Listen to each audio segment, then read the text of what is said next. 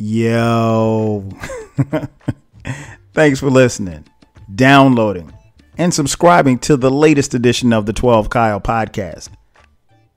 I'm 12 Kyle. Check this out. So the other day, I'm chilling at the crib, about to eat dinner, and my middle son, who at the time of this recording is 16, Cameron, he said, "Dad, check this out." And so I perk up and I'm like, okay, what is he about to say? I'm thinking he's going to say something about music. So he's telling me about this conversation that they're having in his classroom. And he mentions the fact that they were talking about the things that they were doing around the house and just doing chores and stuff like that. And he alluded to the fact that he washes dishes in his house. And some girl in his class said, "Well, you're a boy. Why are you washing dishes?" And he was kind of taken aback, like, like he didn't know that boys weren't supposed to wash dishes. And anyway, so the conversation proceeded and they continued to talk basically about roles, gender roles, if you will. And, he was kind of dumbfounded by the fact that he realized that, there's a lot of chores and things that he's asked to do around the house that his classmates and contemporaries and friends don't do. And he was very perplexed by the conversation in that particular statement as well. And so it got me to thinking. I was like, this would be a great topic for the podcast about gender roles. Know your gender role. Play your gender role. I explained to him in the conversation that, first and foremost, that, everybody sees things differently. Sometimes how you go about defining these roles, could be something as simple as how you grew up. If you grew up in a household where there was a traditional role by the man and a traditional role by the woman, everybody kind of played to that and catered to that. If there was a man and a woman in the house. But at the time of this recording in 2018, things are different. People, live life different and they kick it differently. And so, there's really no right or wrong as to how people go about doing it or living their lives. So what I did was I just kind of explained to him like how we kicked it in my house. Up until I was 13, almost 14. I lived with my parents. My parents subsequently got divorced. But it was me, my mom, my dad, and my brother, my younger brother, Damon, who's 3 years younger than me. Right. So in my house, what I saw, I saw, two people who worked. They went to work every day. But my dad didn't have a particular gender role, if you would. My dad cooked. He cleaned. He did the little handy stuff around the crib, I guess, from what I can remember. So, that's what I saw. And so I didn't think anything of it. And my mom, she did the same thing. She cooked, she cleaned, she did stuff around the house. When we moved out of our apartment into our house, she did stuff in the yard. My mom, still probably a little bit better than me, knows her way up under a hood of a car. And I'm ashamed to say that, but I don't know nothing about cars. I know how to change the oil. That's about it. But yeah, so it was, that's the kind of the house that I grew up in. So, there were no particularly defined roles. I just remember, my mom, even to this day, can throw down. She can cook. And my dad can cook. And so, you know, it was just a thing where I remember when I was 8 years old, my mom put me in the kitchen and she said, well, look, you're going to have to learn how to cook. And I didn't really understand it at the time. I was just like, okay, well, why do I need to learn how to cook? You cook for me.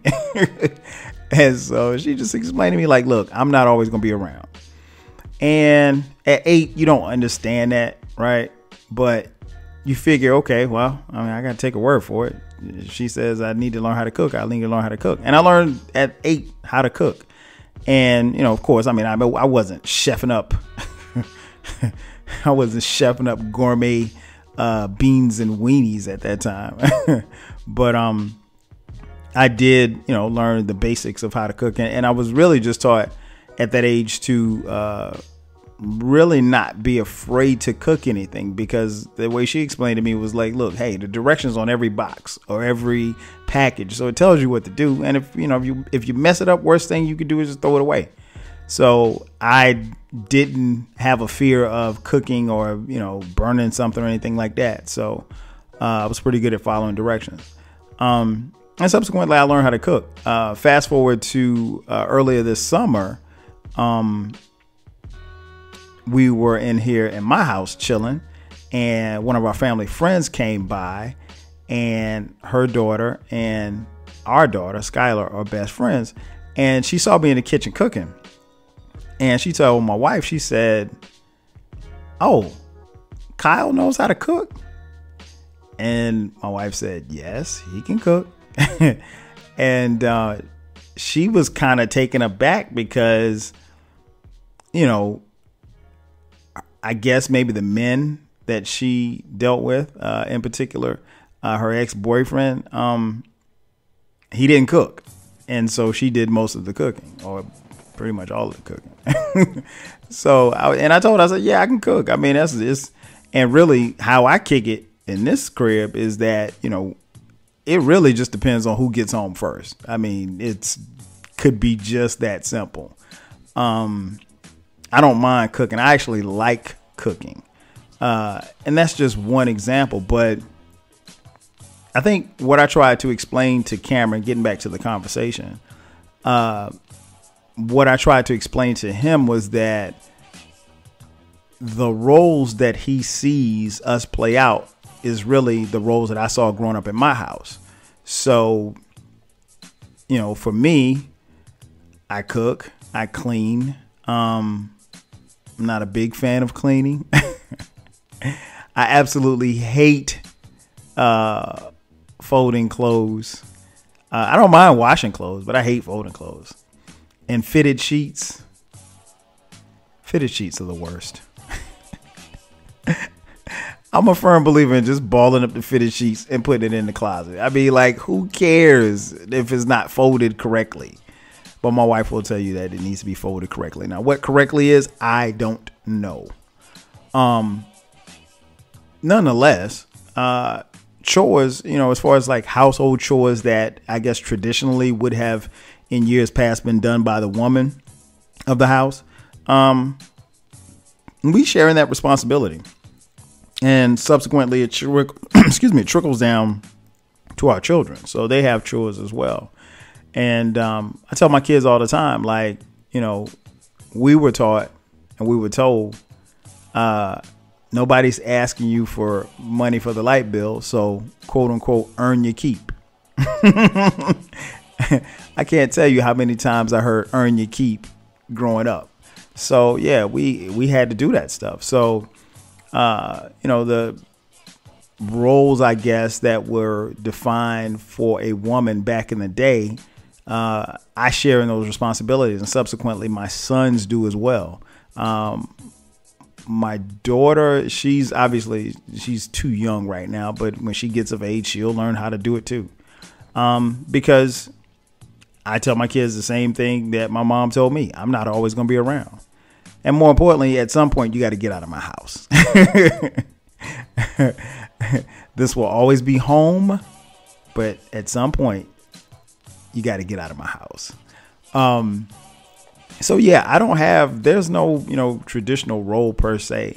So we share in the responsibilities in that. And I just try to explain to Cameron, like, that's just your household. That's how we get down in this house. And so, he had a better understanding of it.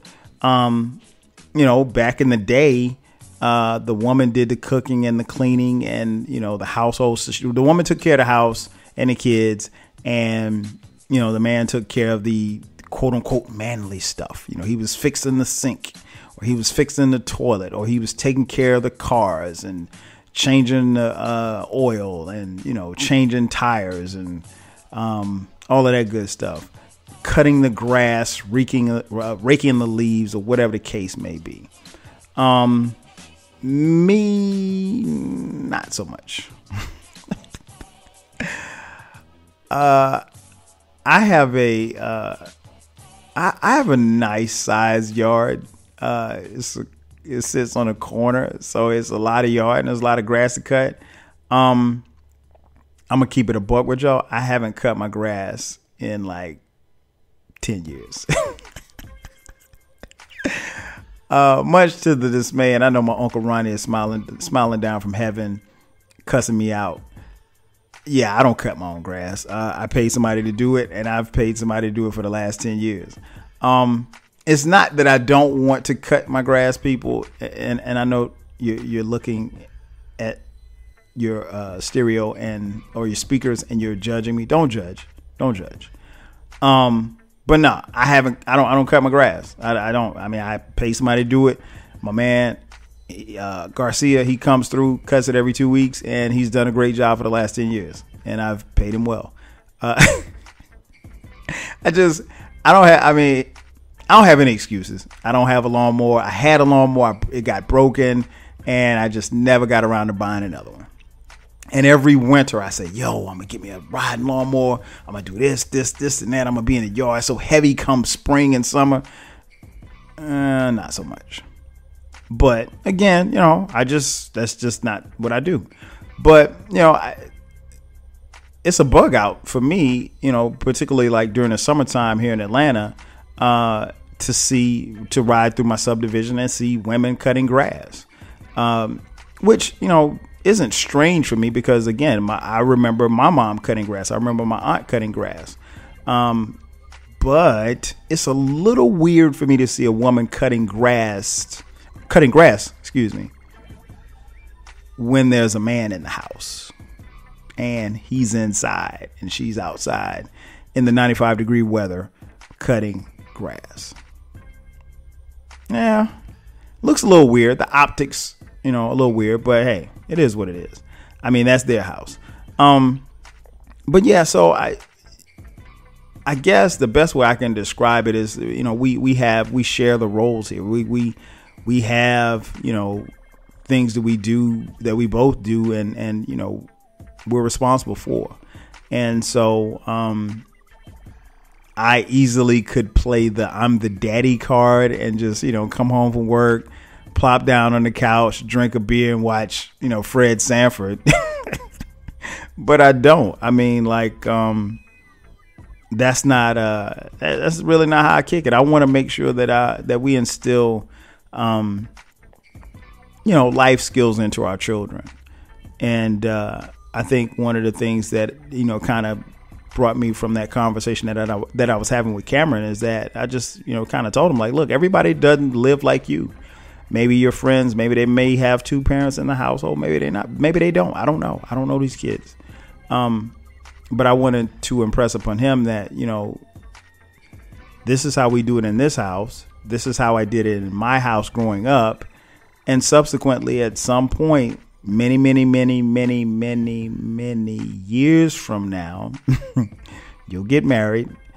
And many, many, many, many, many, many years from now, you'll have kids. And you'll do it kind of like how, you're doing it now. And you'll put your kids to work. Just like I put you to work. And I was joking with him. I said, that's why we had kids. We had kids so we can put them to work. But I remember growing up, I mean, like we had to cut the grass and rake the yard. Oh my God, I hated raking the leaves. I remember coming home from college for Thanksgiving. And my mom was like, yo, you need to rake the leaves. I'm like, rake the leaves? I'm in college. I was like, I'm not raking no leaves. So, but I had to do them anyway. Nonetheless, it's, roles, I guess the best way that I could say is that, I would impress upon each of you, to talk about what your expectations are. If you're in the process of dating someone, before you get too serious, ask them what roles do you want them to play as you progress, and if you were to be married. Because I think, sometimes people have certain expectations that things are going to be one way, and then they get in a marriage and things aren't that way. And I understand, I get it. The woman of 1988 is totally different from what the woman of 2018 is. I get it. And that's a 30-year gap. And I understand how the woman's role has evolved. Maybe, the woman in 1988, maybe she didn't have to drive, 30 miles to work and battle in traffic and then come home and have to deal with kids and homework and all of this other stuff and kids on social media. I mean, yeah, it's a lot. And I think you have to have these type of discussions and also speak on your expectations of what it is that you want the roles in the house to be. If not, it can be very confusing. And, the last thing you want to do is cause confusion or add to confusion. Honestly, there are roles that we all play. But one thing I've learned over a period of time is that the roles that you play, if you're trying to sustain a relationship, if you're trying to even sustain a friendship, let alone a marriage, the roles are constantly evolving and they're constantly changing, and you're constantly evolving and you're constantly changing, or at least you should be.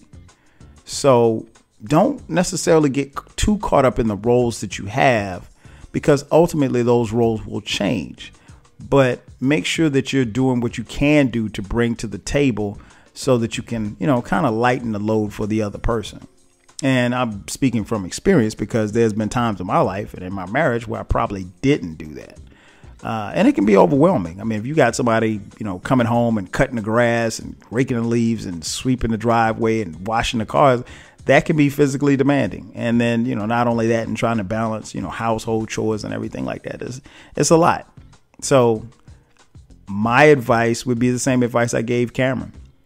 Hey, talk about it. Talk about it. Explain what it is that you feel. Explain what it is that you would like to see happen in your relationship. Explain what your expectations are, or what you would like to see in your, friendship, in your marriage, in your relationship, whatever the case may be, because ultimately roles change. None of us are defined by the roles, but we all play a part in it. And one of the easiest ways, or one of the best ways to keep things on the positive, is to know what the role is, know what your role is, and just play it to the best of your ability. And once you do that, everything else generally tends to fall into place. That's going to do it for me. Thanks for listening to the latest edition of the 12 Kyle podcast. I'm your boy 12 Kyle. We'll catch you guys next time. 5 G's.